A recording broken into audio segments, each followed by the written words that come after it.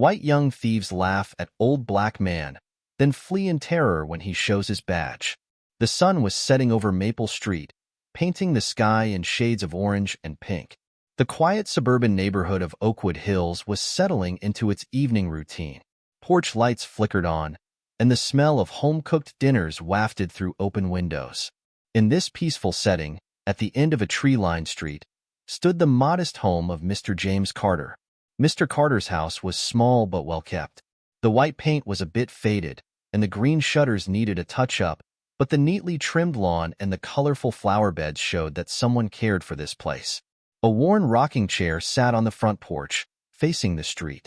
It was Mr. Carter's favorite spot to watch the world go by. At first glance, Mr. James Carter looked like any other elderly man in the neighborhood.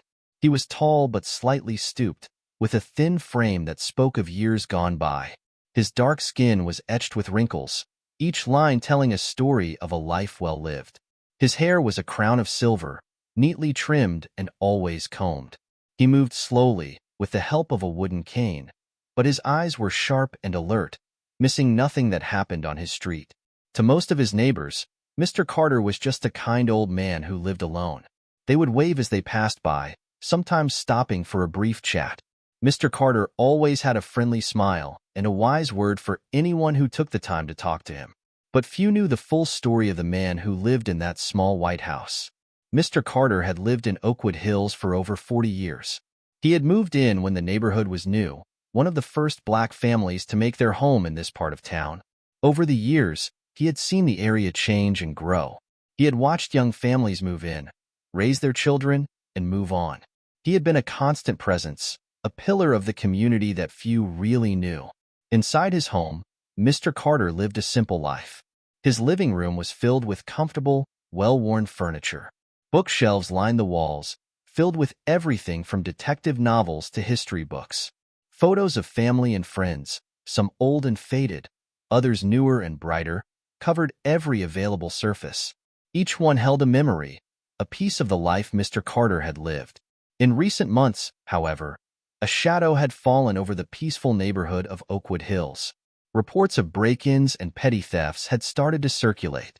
At first, it was just small things, a bicycle left out overnight, a garden gnome from someone's front yard. But as time went on, the crimes got bolder. Homes were broken into, valuables stolen while families were out for the day. The victims were often the elderly residents of the neighborhood, those who lived alone, those who seemed most vulnerable. The police increased their patrols, but the thieves were clever, always staying one step ahead. The once quiet streets of Oakwood Hills were now filled with nervous whispers and worried glances. Mr. Carter watched all of this from his front porch. He saw the fear growing in his neighbors' eyes. He heard the worried conversations at the local grocery store, and he felt a familiar stirring in his bones, a call to action that he hadn't felt in many years. As the sun dipped below the horizon, casting long shadows across Maple Street, a group of young men appeared at the far end of the road. They moved with a swagger, confident and bold. Their eyes darted from house to house, assessing, planning. These were the thieves who had been terrorizing Oakwood Hills. At the head of the group was Jason, a tall, lean teenager with shaggy blonde hair and piercing blue eyes. He walked with the confidence of someone who believed the world owed him something. His hands were shoved deep in the pockets of his ripped jeans, and a smirk played on his lips as he surveyed the quiet street. Flanking Jason were his two friends, Mark and Kevin. Mark was shorter and stockier, with close-cropped brown hair and a permanent scowl. He was the muscle of the group, always ready for a fight. Kevin, on the other hand, was thin and wiry, with nervous eyes that darted back and forth. He was the lookout, always on edge, always watching for trouble. The three young men had grown up together in a rougher part of town. They had bonded over shared hardships and a common resentment towards those they saw as having an easier life. Jason had convinced them that taking what they wanted was easier than earning it, and so far, he had been right. As they walked down Maple Street, Jason's eyes landed on Mr. Carter's house. He nudged Mark and pointed. "Look at that place," he said, his voice low. "Bet that old-timer's got a bunch of valuable junk stored away." Mark grinned, cracking his knuckles. "Easy pickings," he agreed. These old folks never expect anyone to mess with them. Kevin, however, looked nervous. "I don't know, guys," he said, his voice barely above a whisper. "Maybe we should find somewhere else. This street looks too quiet." Jason turned on Kevin, his eyes flashing with anger. "Don't be a wimp," he snapped. "Quiet is good. Quiet means no one's watching. No one's gonna catch us." Kevin fell silent, but his eyes continued to dart around, looking for any sign of danger. Jason turned back to Mr. Carter's house, a plan already forming in his mind. "Here's what we're gonna do," he said, pulling Mark and Kevin close. "We'll watch the place for a few days, figure out the old man's routine. Then, when he's out, we'll make our move." Mark nodded eagerly, always ready to follow Jason's lead. Kevin hesitated for a moment, but eventually nodded as well. He knew better than to argue with Jason when he had his mind set on something. For the next few days, the three young men kept a close eye on Mr. Carter's house. They watched from a distance, hidden in the shadows of nearby trees or parked cars. They saw Mr. Carter leave each morning for his daily walk, always at the same time. They watched as he returned, usually an hour later, leaning heavily on his cane. Jason's confidence grew with each passing day. "This is going to be so easy," he boasted to his friends. "That old man probably can't even remember where he puts his stuff. We'll be in and out before he knows what hit him." Mark laughed at Jason's jokes, his excitement building as the day of the planned break-in approached. Even Kevin started to relax, lulled into a false sense of security by the predictability of Mr. Carter's routine. What the young thieves didn't realize was that they weren't as invisible as they thought. Mr. Carter, with his keen eyes and years of experience, had noticed their presence from the very first day. He saw the way they watched his house, the way their eyes followed him as he went about his daily routine, but he gave no sign that he was aware of their presence. Instead, he continued his daily walks, continued to rock in his chair on the front porch, all the while keeping a watchful eye on the three young men who thought they had found an easy target. As the day of the planned break-in dawned, tension filled the air. Jason, Mark, and Kevin gathered in their usual hiding spot, watching Mr. Carter's house with eager eyes. They saw the old man leave for his walk, moving slowly down the street with his cane, tapping a steady rhythm on the sidewalk. "This is it," Jason said, his voice filled with excitement. "Let's go." The three young men approached the house, trying to look casual in case any neighbors were watching. Jason led the way, his picking the lock on the front door. Within moments, they were inside. The interior of Mr. Carter's home was dim and quiet. The smell of old books and furniture polish filled the air. Jason, Mark, and Kevin spread out, their eyes scanning the room for anything valuable. "Check out all these old books," Mark said, running his fingers along the spines of the volumes lining the shelves. "Bet some of these are worth something." Kevin was looking at the photos on the mantel. "Guys," he said, his voice hesitant, "maybe we shouldn't be doing this. This old man's got a family. Look at all these pictures." Jason snorted. "Who cares?" he said, already rifling through drawers. "Family didn't stop him from leaving all this stuff here for us to take, did it?" As they searched the house, the young thieves grew bolder. They laughed and joked, mocking the old man whose home they were invading. They imitated his slow walk, made fun of his cane, imagined how helpless he would be if he caught them. "Oh no," Jason said in a high, quavering voice. "Please don't take my dentures, young man. I need them to eat my mush." Mark doubled over with laughter, nearly dropping the silver picture frame he had been examining. Even Kevin cracked a smile, his earlier hesitation forgotten in the thrill of the moment. But their laughter died in their throats as they heard the front door open. They froze, eyes wide with sudden fear. This wasn't part of the plan. Mr. Carter wasn't supposed to be back yet. Jason was the first to recover. He straightened up, pasting a cocky smile on his face. "Don't worry," he whispered to his friends. "I'll handle this." As Mr. Carter stepped into his living room, he found himself face to face with the three young men who had been watching his house. For a moment, silence filled the room. Then Jason stepped forward, his stance aggressive, his smile turning into a sneer. "Well, well," he said, his voice dripping with false bravado. "Looks like Grandpa came home early. What's the matter? old-timer. Forget your way to the park? Mr. Carter stood in the doorway, leaning on his cane. His face was calm, showing no sign of fear or anger. He looked at each of the young men in turn, his gaze steady and unwavering. "Young man," he said, his voice deep and resonant, "I believe you and your friends are in my home uninvited." Jason laughed, but there was a nervous edge to it now. This wasn't how he had expected the old man to react. Where was the fear? Where was the trembling voice begging them not to hurt him? "Yeah, we are," Jason said, trying to regain control of the situation. "And what are you going to do about it, Gramps? Call the cops? We'll be long gone before they get here." Mark stepped up beside Jason, cracking his knuckles menacingly. Kevin hung back, his eyes darting between Mr. Carter and the window, clearly looking for an escape route. Mr. Carter didn't move. He didn't raise his voice.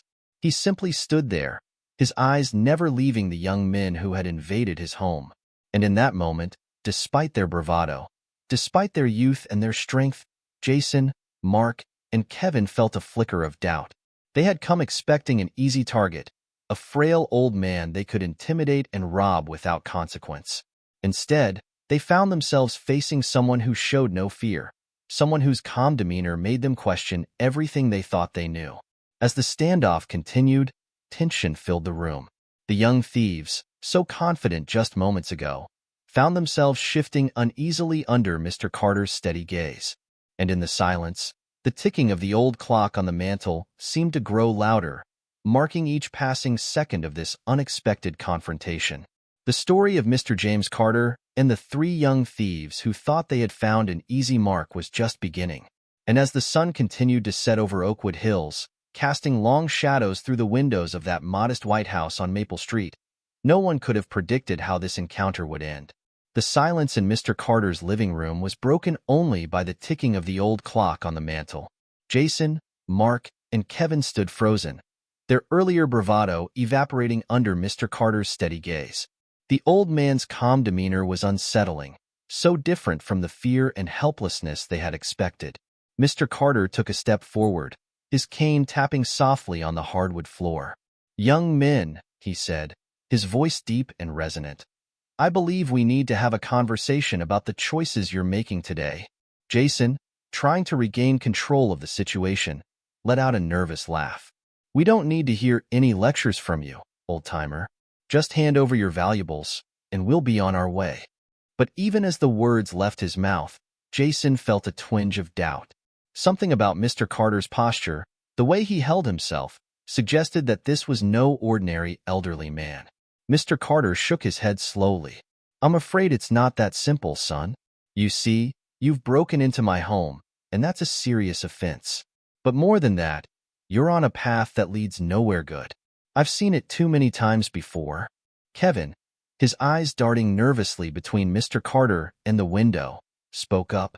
"What do you mean, you've seen it before? Who are you?"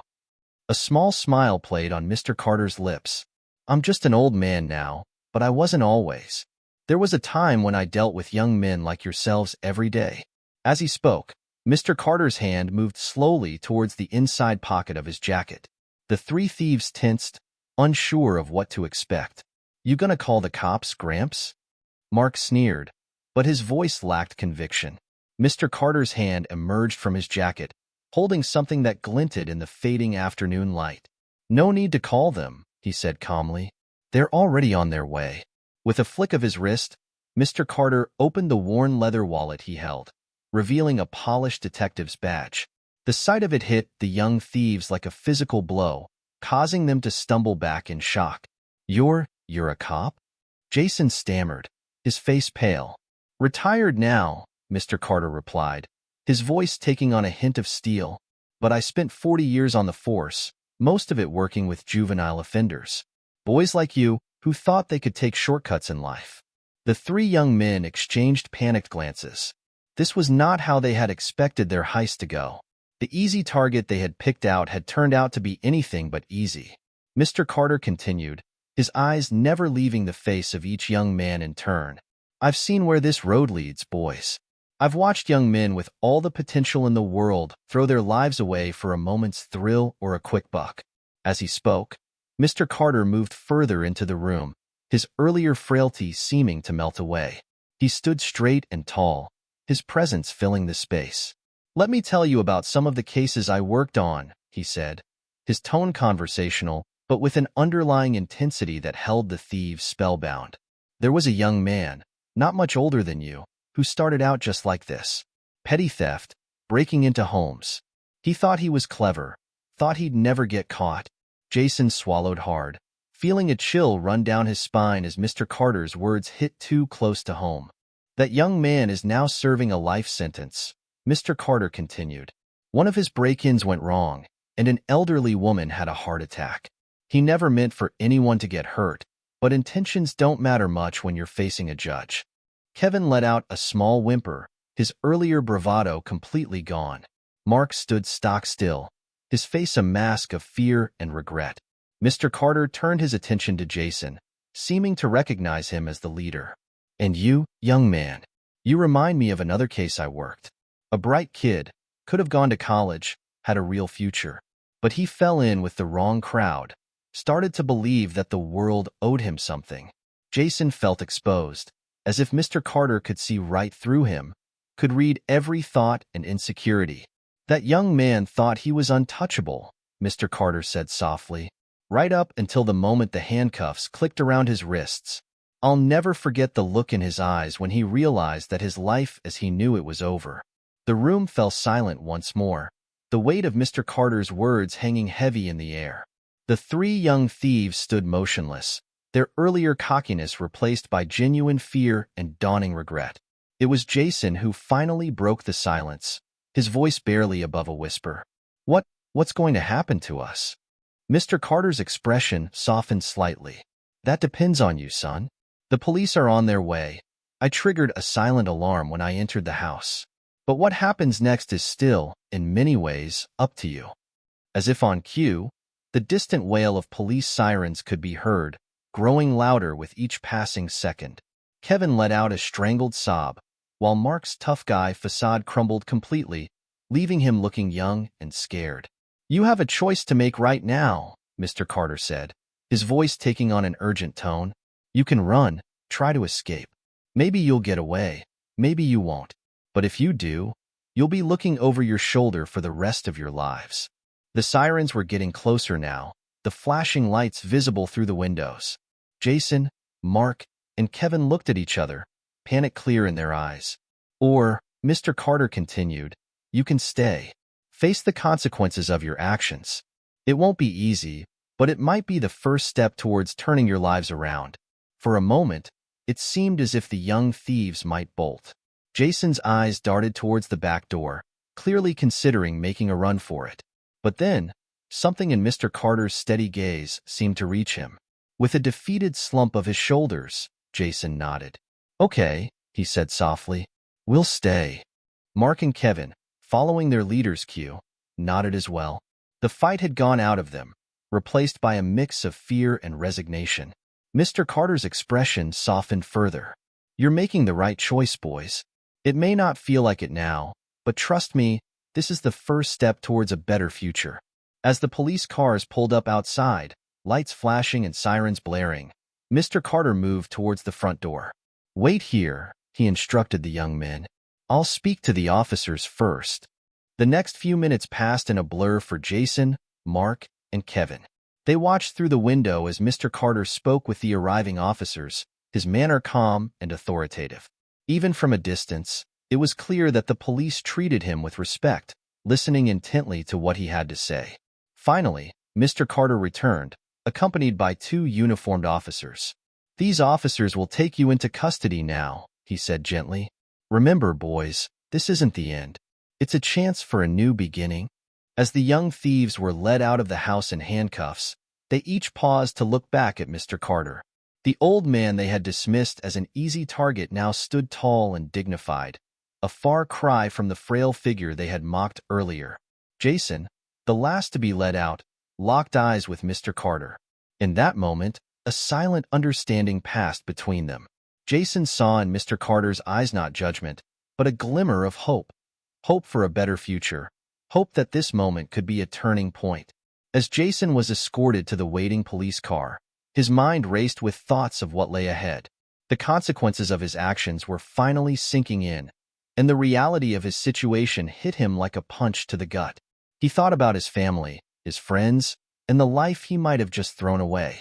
But amidst the fear and regret, there was also a small spark of something else, a determination to make things right, to prove to Mr. Carter that his faith wasn't misplaced. Mark and Kevin were already seated in separate police cars, their faces pale and scared. As Jason was placed in the back of the third car, he caught a final glimpse of Mr. Carter standing on his porch, watching them with a mixture of sadness and hope.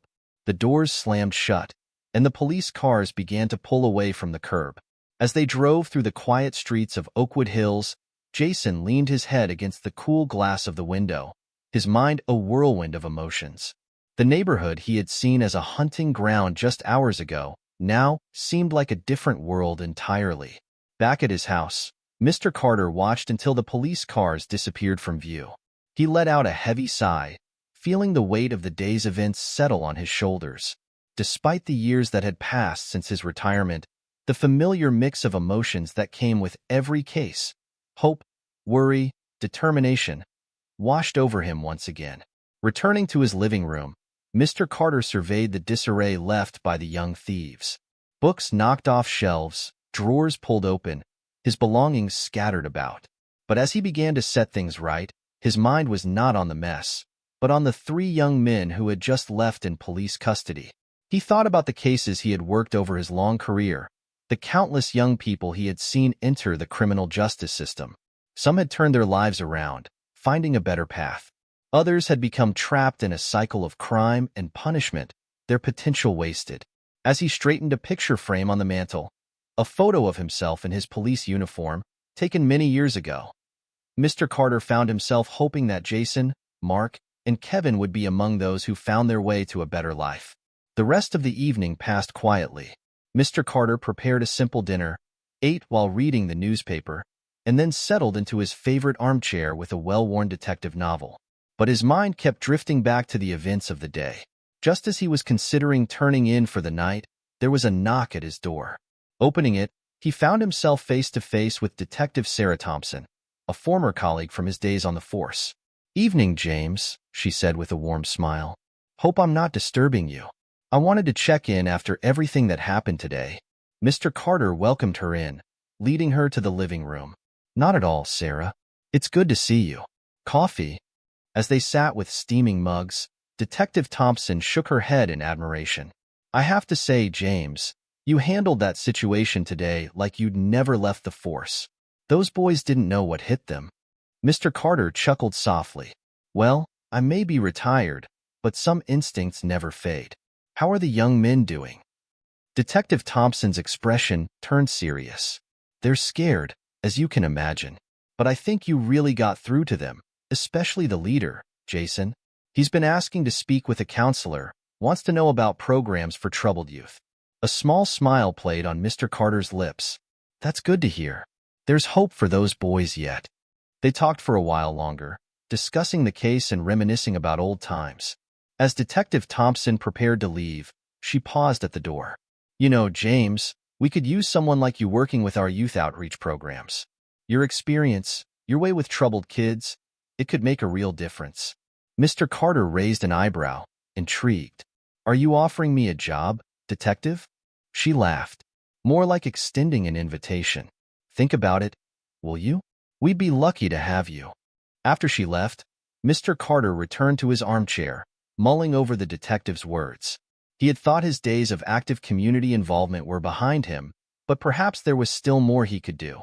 As he gazed out the window at the quiet street, Mr. Carter found himself feeling a renewed sense of purpose. The encounter with the young thieves, as unsettling as it had been, had awakened something in him, a desire to continue making a difference, to help guide young people towards a better path. With a determined nod, Mr. Carter made his decision. Tomorrow, he would call Detective Thompson and accept her offer. His days of chasing criminals might be over, but his work in shaping young lives was far from finished. As he finally prepared for bed, Mr. Carter felt a sense of anticipation he hadn't experienced in years. Tomorrow would bring new challenges, new opportunities to make a difference. And as he drifted off to sleep, his last thoughts were of Jason, Mark, and Kevin, and the hope that they too were on the cusp of a new and better chapter in their lives. The next morning, Mr. Carter woke early, feeling more energized than he had in years. After his usual routine of stretching exercises and a light breakfast, he picked up the phone and dialed Detective Thompson's number. "Sarah? It's James Carter. I've been thinking about your offer, and I'd like to take you up on it. When can I start?" Detective Thompson's voice was warm with approval. "I'm glad to hear it, James. Why don't you come down to the station this afternoon? We can go over the details and introduce you to the team." As Mr. Carter prepared for his visit to the police station, his mind wandered to Jason, Mark, and Kevin. He wondered how they had spent their first night in custody, whether the reality of their situation had fully sunk in yet. At the police station, Mr. Carter was greeted with respect and enthusiasm by his former colleagues. Many of the younger officers knew him by reputation only, and they listened intently as he shared stories from his years on the force. Detective Thompson introduced him to the Youth Outreach Team, a dedicated group of officers and social workers committed to steering at-risk youth away from crime. As Mr. Carter listened to their plans and ideas, he felt a familiar spark of excitement. This was where he could make a real difference. "We're planning to start a mentorship program," one of the social workers explained, "pairing troubled teens with positive role models from the community. Your experience would be invaluable in shaping this program, Mr. Carter." Mr. Carter nodded thoughtfully. "I'd be happy to help. In fact, I think I might know where we can start." Later that afternoon, Mr. Carter found himself sitting across from Jason in an interview room at the Juvenile Detention Center. The young man looked different now, his cocky demeanor replaced by a mix of shame and uncertainty. "Mr. Carter," Jason said, his voice barely above a whisper, I'm sorry for what we did. I never thought." Mr. Carter held up a hand, silencing him gently. "I'm not here for apologies, Jason. I'm here to talk about your future." Over the next hour, Mr. Carter listened as Jason poured out his story, his troubled home life, the peer pressure that had led him into crime, his secret dreams of going to college and making something of himself. "It's not too late, you know," Mr. Carter said as their time drew to a close. "You've made mistakes, yes, but you're young, and you have the chance to turn things around. Are you willing to work for it?" Jason nodded eagerly, a glimmer of hope in his eyes. "Yes, sir. I'll do whatever it takes." Mr. Carter smiled. "Good, because I'm going to hold you to that promise." Over the next few weeks, Mr. Carter threw himself into his new role with the Youth Outreach Program. He worked tirelessly, drawing on his years of experience to connect with troubled teens and guide them towards better choices. He kept a particularly close eye on Jason, Mark, and Kevin. Through a combination of counseling, education programs, and community service, the three young men began to show signs of real change. It wasn't easy. There were setbacks and moments of doubt, but slowly, surely, they started to turn their lives around. As the months passed, Mr. Carter's influence spread beyond the Youth Outreach Program. He became a respected figure in the community, often called upon to mediate disputes or offer advice to families struggling with wayward teens. One sunny afternoon, almost a year after the break-in, Mr. Carter sat on his front porch, enjoying the warm breeze. A familiar figure appeared at the end of the street, Jason, walking with purpose, a backpack slung over his shoulder. "Mr. Carter," Jason called out as he approached. "I did it. I got accepted to community college. I start classes next month." Mr. Carter's face broke into a wide smile. "That's wonderful news, Jason. I'm proud of you." As they sat talking on the porch, Mr. Carter reflected on the journey of the past year. The scared, angry young man who had broken into his home was gone, replaced by a motivated, hopeful individual ready to embrace a better future. It hadn't been an easy road. There had been moments of frustration, times when it seemed like old habits would win out. But Mr. Carter had persevered, drawing on his years of experience and his unwavering belief in the potential for change. As the sun began to set, casting a warm glow over Maple Street, Mr. Carter and Jason continued their conversation. They discussed Jason's plans for the future, his chosen major in social work, and his desire to give back to the community that had given him a second chance. "You know, Mr. Carter," Jason said, his voice filled with sincerity, "I never thought I'd say this, but getting caught that day, it was the best thing that could have happened to me. You showed me there was another way." Mr. Carter nodded, a mixture of pride and humility in his eyes. "You did the hard work, Jason. I just pointed you in the right direction." As Jason prepared to leave, Mr. Carter asked about Mark and Kevin. Jason's face lit up as he shared their progress. Mark had found a passion for mechanics and was apprenticing at a local garage. Kevin, always the most hesitant of the three, had finally opened up in group therapy and was making strides in rebuilding his relationship with his family. After Jason left, Mr. Carter remained on the porch, lost in thought. The neighborhood around him had changed in subtle ways over the past year. There was a new sense of community, a watchfulness that came not from fear, but from a shared commitment to looking out for one another. The next day, Mr. Carter arrived at the community center for his weekly mentoring session. As he entered the building, he was greeted warmly by staff and volunteers. The center had become a second home to him, a place where he could continue to make a difference in the lives of young people. In the main room, a group of teenagers was gathered, some looking bored, others nervous or defiant. These were the newest participants in the youth outreach program, each referred by the juvenile justice system or concerned family members. Mr. Carter took his place at the front of the room, leaning slightly on his cane. Despite the years that showed on his face, his eyes were bright and alert, filled with the same determination that had characterized his years on the police force.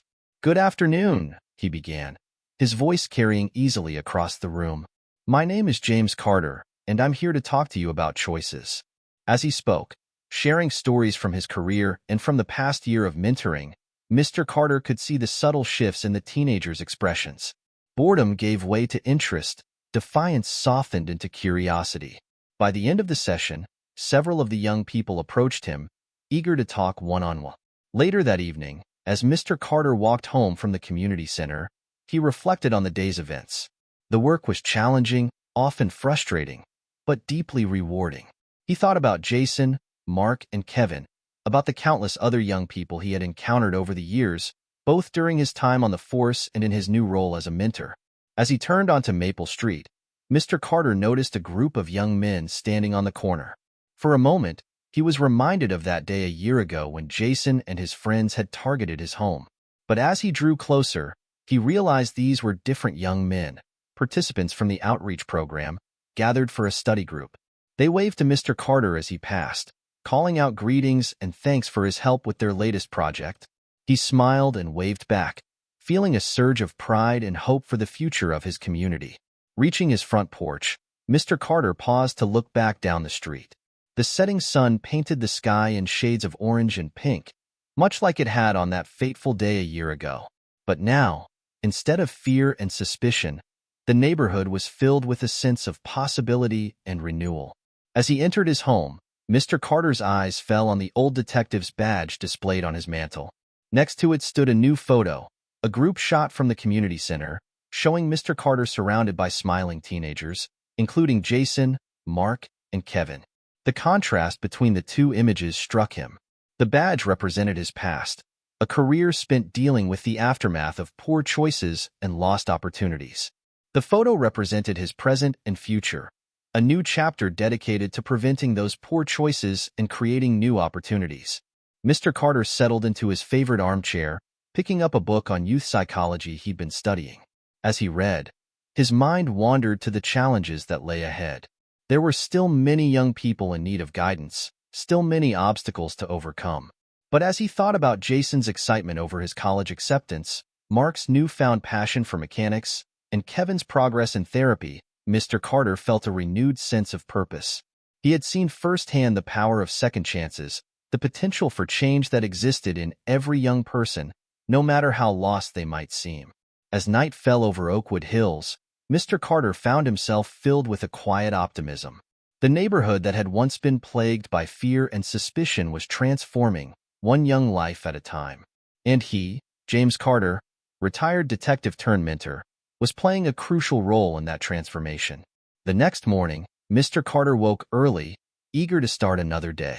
As he stepped out onto his porch, he noticed a small package leaning against his front door. Curious, He picked it up and read the attached note. Mr. Carter, I found this while cleaning out my grandpa's attic. Thought you might appreciate it. Thanks for everything. Jason. Opening the package, Mr. Carter found an old, leather-bound book on criminal psychology, its pages yellowed with age. As he flipped through it, a smile spread across his face. It was a first edition, a rare find that spoke volumes about Jason's thoughtfulness and growth. As Mr. Carter prepared for another day of mentoring and community outreach, he placed the book on his shelf, a tangible reminder of the impact one person could have on another's life. The journey from fear to hope, from suspicion to trust, was ongoing. But with each passing day, with each life touched and changed, the future of Oakwood Hills grew brighter. And so, as the sun rose over Maple Street, painting the sky in shades of hope and possibility, Mr. James Carter stepped out into the world, ready to continue his most important work, not as a detective solving crimes, but as a mentor preventing them, one young life at a time.